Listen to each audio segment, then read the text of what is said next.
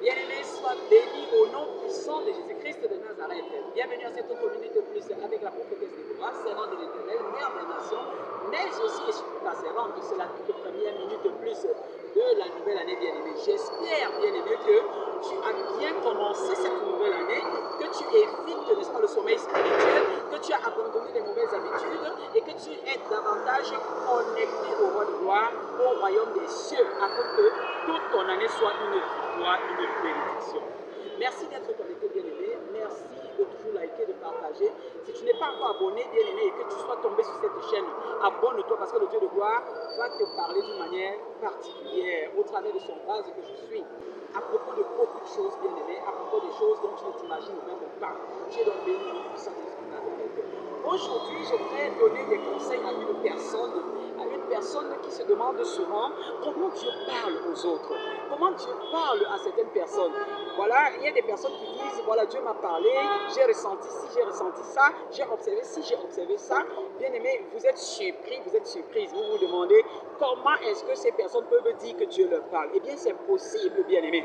Je vais te prendre un cas particulier pour te dire que tu as besoin tout simplement d'être attentif, n'est-ce pas, à la façon dont Dieu parle. Je vais te parler des signes, de quelques signes, n'est-ce pas, qui sont des signes que tu ne devrais pas négliger lorsque, n'est-ce pas, des signes qui te renvoient à des choses précises, des signes qui attirent ton attention, des signes qui te révèlent quelque chose, bien aimé. Donc, je vais prendre d'abord déjà le cas de Élie, dans le livre de 1 roi 18, bien aimé. Dieu dit à Élie qu'après 2 ans et 6 mois, la 3e année, bien aimé, il ferait revenir la pluie sur la surface de la terre. Élie l'annonce à bien des personnes. Je ne sais pas si les gens ont cru, les gens n'ont pas cru, mais de toutes les façons, Élie avait la foi en ce Dieu-là. Donc, il se retire au mont Carmel. Arrivé au mont Carmel avec avec son fils, n'est-ce pas, qui marchait avec lui, il se retire là-bas et puis il se met à genoux en prière, bien aimé. La Bible dit qu'il a demandé à son serviteur de regarder le ciel, d'aller regarder le ciel pour voir s'il y avait des signes. Le serviteur l'a fait 7 fois de suite. La 7e fois, en fait 6 fois. Je pense que c'est la 7e fois, bien aimé, lorsque le serviteur est parti. Il a dit, je vois dans les cieux un petit nuage qui a une forme de main d'homme. C'était un tout petit signe, bien aimé, mais en fait, Élie avait compris que c'était déjà la réponse de Dieu et que Dieu n'était pas un menteur. Il a dit à son serviteur, presse-toi parce qu'il va pleuvoir. Élie avait la certitude que cette petite main, ce petit nuage qui était dans les cieux, bien aimé, et qui ressemblait à une main d'homme, c'était la main de Dieu, c'était la main divine, et que Dieu allait accomplir ce qu'il avait promis, bien aimé. Lorsque Élie a dit cela, ça n'a pas mis quelque temps. La pluie est descendue. La pluie est descendue fortement. Alléluia. Bien aimé, il y a des signes que le Seigneur veut te montrer. Peut-être que tu n'as pas été attentif jusqu'ici. Mais si tu as la foi, bien aimé, tu vas comprendre. Je vais encore te parler d'un deuxième signe avant de te donner quelques conseils par rapport aux signes qu'on observe généralement. Bref, c'est vrai que le Seigneur parle à chacun selon les signes. Parce que personne n'aurait pu comprendre ces signes. Même le serviteur d'Élie, le Tishbite, lorsqu'il est allé, il a vu la main d'un homme, un petit nuage. Il ne peut pas s'imaginer qu'en fait, c'était un signe que la pluie allait bientôt redescendre. Je vais encore te parler dans 1 roi 19. Lorsque Élie a fini de challenger les prophètes de Baal, il a fait tuer tous les prophètes de Baal d'Israël. Et que Jézabel ait appris la nouvelle. Jézabel menace dans sa vie. Jézabel dit, allez dire à ce monsieur-là comme moi. Si d'ici demain je n'ai pas fini avec lui, c'est que non.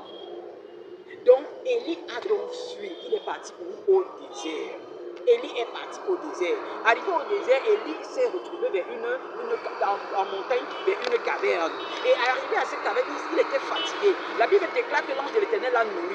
Il a eu du pain, il a eu de la viande, il s'est endormi, il a eu même de l'eau. Il s'est endormi. Les corbeaux ont nourri Élie à cet endroit-là. Élie s'est endormi, bien aimé. Et pendant qu'il dormait, l'Éternel lui a parlé. L'Éternel lui a parlé. Et maintenant, il y avait des signes, bien aimés, pour qu'il sache que, parce que l'Éternel lui a dit de se placer, n'est-ce pas, au niveau de la montagne. Maintenant, il devait écouter la voix de l'Éternel, mais il fallait qu'il soit aussi également attentif aux signes. La Bible dit que la première fois, bien aimé, il y a eu un vent fort. La Bible déclare que l'Éternel n'était pas dans ce vent. Après le vent, bien aimé, il y a eu un tremblement de terre. Élie n'est pas sorti se placer dehors parce qu'il savait que l'Éternel n'était pas dans ce tremblement de terre. La Bible dit qu'il y a encore eu du feu. Il y a eu un feu dévorant, mais l'Éternel n'était plus non plus dans ce feu. Et la Bible dit enfin, bien aimé, le quatrième signe, il y a eu un vent doux et léger. Ah oui, Élie a reconnu la présence de son Dieu, la présence de son roi, la présence de celui-là qu'il a soutenu, qu'il a appelé au ministère et qu'il a utilisé puissamment pour faire des signes dans le ciel et sur la terre. Alors Élie est sorti, la Bible dit qu'il s'est placé et Dieu lui a parlé parce qu'Élie était attristé. Élie demandait la mort au Seigneur. Dieu est donc venu le rassurer, il lui a dit oui, je te comprends. Élie lui a donné, trop de bruit bien aimé. Il lui a donc donné des instructions. Il lui a demandé, comme tu es fatigué et tout, tu vas donc oindre, n'est-ce pas, Élisée à ta place pour prophète. Et tu vas oindre Jéhu comme roi d'Israël. Tu vas oindre Azaël comme roi de Syrie. Et il a rassuré, et il a dit, ne t'inquiète pas, je me suis réservé 7000 qui n'ont pas fléchi le genou devant Baal, qui n'ont pas baisé, n'est-ce pas, la main de Baal. Donc, bien aimé, je voudrais parler avec toi à propos de certains signes. Moi particulièrement, le Seigneur me parle par rapport aux signes. Donc c'est personnel, bien aimé. Il m'a appris à développer ce sens-là, à le reconnaître dans les manifestations, dans des signes tout autour, bien aimé. Par exemple, je vais te dire, si tu regardes sur cette toile, j'avais parlé de mon appel, de mon ministère et autres. Et le jour même où j'étais en train de parler, il y a eu des colombes, environ 7 à 10 colombes qui se sont déployées. Et j'ai demandé à la caméra de se tourner pour disperser ces colombes. Donc en fait, Dieu m'avait dit, les colombes par exemple, c'est signe de paix, c'est lui, c'est son esprit, c'est le Saint-Esprit, ce sont ses anges. Ça c'est un signe que Dieu m'a donné par exemple. Lorsque je marche, je fais quelque chose, bien aimé, il y a par exemple, lorsque je vois un papillon blanc, c'est un signe positif. Beaucoup de personnes ont des signes selon leur tradition. Lorsqu'ils voient le papillon noir, par exemple, ils savent que c'est le deuil qui s'annonce. Oui, moi le Seigneur m'a convaincu effectivement que le papillon noir était un signe de mauvais augure. C'était un signe de mauvais augure. Lorsque tu vois un gros ou un petit papillon noir, il faut savoir que c'est un signe de mauvais augure. J'ai été une fois, l'année où je sortais de l'école normale, un gros papillon noir est venu se poser sur mon épaule. Non, je ne sortais pas, c'était plutôt la semaine où s'achevaient les soutenances. Donc j'étais à la dernière soutenance. Moi-même ayant déjà soutenu, j'assistais les camarades qui soutenaient à l'école normale. Et ce jour-là, j'étais dans la cour, en pleine cour, un gros papillon noir est venu se placer sur mon épaule et s'en est allé. Bien aimé, je ne savais pas que c'était quelqu'un qui était en train de mourir. Et cette personne qui était morte, bien aimé, c'était l'homonyme. Donc celle dont je portais le nom. Donc moi-même, je ne faisais pas encore attention à ce genre de signe. C'est plus tard que j'ai compris, quand j'ai reçu en fin de journée l'appel de ma génitrice, qui m'a donc fait comprendre que voilà, ton homonyme est décédé. C'est là où j'ai compris que ce papillon noir, voilà, c'était un signe de mauvaise augure. Oui, bien aimé, certaines personnes disent que quand ils veulent aller quelque part, s'ils cognent le pied gauche, alors ils ne vont pas. S'ils cognent le pied droit, bon, ils savent que c'est une bonne nouvelle et ainsi de suite. Ça dépend, bien aimé. Mais moi, avec le temps, j'ai dit, Seigneur, je ne m'appuie pas sur des traditions. Parle-moi clairement, parle-moi normalement. Et le Seigneur a commencé à nous montrer des signes personnellement. Donc, je vais te dire par exemple que quand tu vois le papillon blanc, un papillon blanc, après peut-être qu'un papillon noir soit passé, un papillon jaune, pour moi le papillon jaune par exemple, c'est un signe d'avertissement.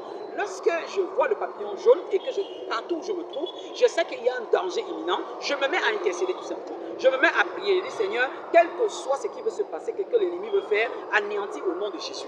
Quand je vois le papillon blanc ensuite passer, le Seigneur me rassure, je suis en train de balayer les ondes négatives que ce que tu as vu, n'est-ce pas, t'apporte. Quand je vois par exemple les corbeaux, un corbeau noir, il y a ce qu'on appelle des oiseaux, il y a un petit oiseau bizarre là, ça ressemble, ça vole un peu comme des chauves-souris et autres. Quand je vois ça, le Seigneur me dit, il y a danger, je me mets à prier. Quand je vois une cohorte de papillons noirs, des petits papillons noirs, le Seigneur me dit, ça c'est une armée maléfique qui est en train de se déporter contre toi. Parfois ce sont des petits insectes. Bien aimé, bref, je dis bien, demande au Seigneur, tu peux prier. Si le Seigneur a parlé à Élie, et Élie avait cette confiance, toi aussi tu peux prier. Il y a par exemple des personnes qui me regardent. Parfois vous avez les pieds qui chauffent. pour trouver un endroit. La plante de vos pieds commence à chauffer. Le Seigneur me dit de dire à une personne, lorsque tu ressens ce genre de signe, c'est que tu dois commencer à prier. L'endroit où tu te trouves, la bien-aimée, il y a soit des incantations qui ont été faites, il y a des choses qui ont été implantées négativement. Donc tu dois commencer à déclarer. Parfois ça te prend, tu es dans un taxi. Parfois ça te prend, dès que tu entres peut-être dans une maison, tu t'assois, ou bien tu enlèves tes chaussures, tu es dans une maison, tu enlèves tes chaussures, pour monter sur le tapis. Tu sens comment la plante de tes pieds commence à chauffer. Et bien c'est que dans cette maison, il y a quelque chose qui ne va pas. Soit les personnes de cette maison sont compliquées, soit il y a eu incantation, soit il y a eu pratique démoniaque, soit il y a eu comment je veux dire, des choses qui ont été enterrées au niveau de la fondation de cette maison. Donc il faut beaucoup prier, bien-aimé. Il faut beaucoup prier. Quand par exemple tes mains chauffent, bien-aimé, tu te retrouves, ça c'est pour parler de quelques signes, bien-aimé. Tu te retrouves quelque part, il y a peut-être un malade et le Seigneur veut que tu pries. Et tes mains commencent à chauffer. Bien-aimé, c'est des signes que tu peux imposer les mains à cette personne-là. Et cette personne pourra être guérie. Mais au nom de Jésus, tu le fais. Avant de le faire, sois d'abord sûr. Demande au Seigneur. Parce que même avec Dieu, je demande. Autant je me trouve devant un tas pour intervenir, je n'interviens pas n'importe comment. L'apôtre Paul a d'ailleurs dit à son fils que ne te précipite pas pour imposer les mains aux gens. Tu peux imposer les mains, tu reçois ta part. Il y a une dame qui m'avait dit qu'elle a imposé les mains à une sœur comme ça qui avait des problèmes spirituels. Elle lui a imposé les mains parce qu'elle était menacée par la reine des côtes. Et puis les sirènes des eaux. Et puis un gros serpent satanique comme ça de sa famille. Elle a imposé les mains. Bien aimé, elle a reçu une décharge. Sa main a brûlé. Sa main a brûlé et sa main a été paralysée pendant longtemps. Je ne prie pas que ce soit ton cas au nom de Jésus. Donc même quand tu ressens ces signes-là, bien-aimé, demande encore d'abord au Seigneur au moins 3 fois.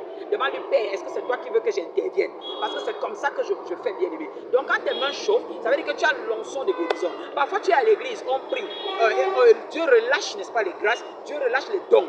Quand tu ressens, ça chauffe. Le Seigneur veut te dire que je te dépose l'onction de guérison. Mais ça ne peut pas se manifester tout de suite. Le Seigneur te montre seulement des signes. Mais il faut que tu marches encore avec lui. Il faut que tu grandisses davantage spirituellement pour que ce don se concrétise, bien aimé. Par exemple, il y a d'autres personnes, quand ils se trouvent quelque part, soit ton œil gauche commence à frapper. Ça veut dire qu'il y a un deuil, bien aimé. Moi, par exemple, le Seigneur m'a confirmé ça. Donc, quand j'ai l'œil gauche qui frappe, je sais que c'est probablement une femme qui va décéder, un homme, pardon, qui va décéder. Quand c'est l'œil droit, je sais que c'est une femme qui va décéder. Et ça ne perd pas le temps. Le Seigneur, je lui demande, il me confirme cela. Soit on m'appelle, soit on m'envoie un message, bien aimé. Apprends à parler avec ton Dieu. Dieu est un Dieu de signes et de miracles. Il est un Dieu de signes, bien aimé. Donc, toi, tu dois t'approprier ça. Si tu es enfant de Dieu, réellement, tu marches avec lui.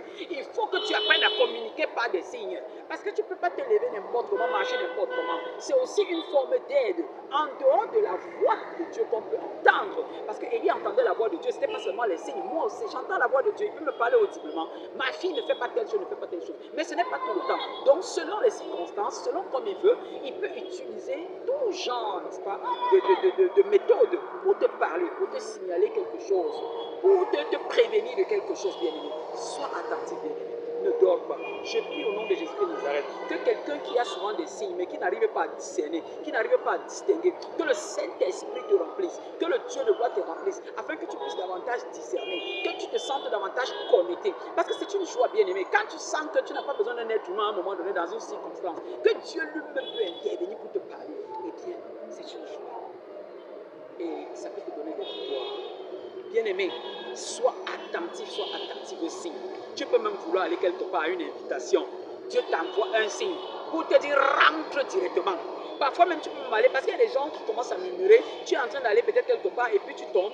Ou bien ta robe se déchire et ainsi de suite. Peut-être le Seigneur veut t'empêcher quelque chose là-bas. Peut-être qu'on a prévu un poison pour toi. Tu commences à murmurer, tu te fasses. Ça veut dire quoi tout ça là? Non, pose-toi la question. Pourquoi Dieu permet que ça se déchire? Un signe, Dieu peut t'envoyer un signe au travers d'un petit enfant.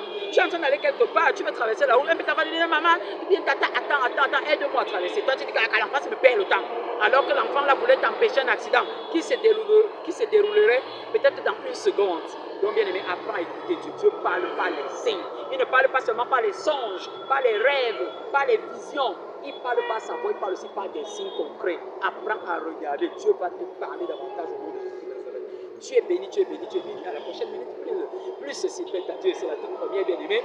J'espère qu'elle va te réveiller, elle va te booster davantage à demeurer connecté, à chercher vraiment à comprendre ce Dieu-là, à chercher une relation profonde avec ton Créateur au nom de Jésus de Nazareth. Reste béni, demeure béni. Partage, like pour la gloire de Dieu. nom de Jésus de Nazareth. À très bientôt, bien.